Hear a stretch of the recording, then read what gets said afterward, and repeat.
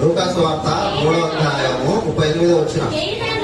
కేయినాను ఎనోషుకును, ఎనోషు షేతుకు, షేతు ఆదాముకు, ఆదాము దేవునికి ఆదాము గారు కుమారుడు ఎట్లయ్యాడు?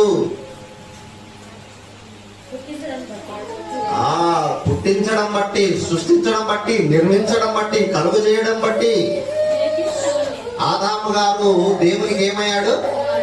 కుమారుడయ్యాడు. ఇప్పుడు హెబ్రీయులకు రాసిన పత్రిక 10వ అధ్యాయం 5వ వచనం ఏం చెప్తుంది? లేఖనం చదవండి. కాబట్టి ఆయన అంటే యేసు ప్రభుల వారు ఈ లోకమందు ప్రవేశించినప్పుడు ఇలాగో చెప్పుచున్నాడు, బలియు అర్పణయు నీవు కోరలేదు గాని నాకు ఒక శరీరమును ఆదాము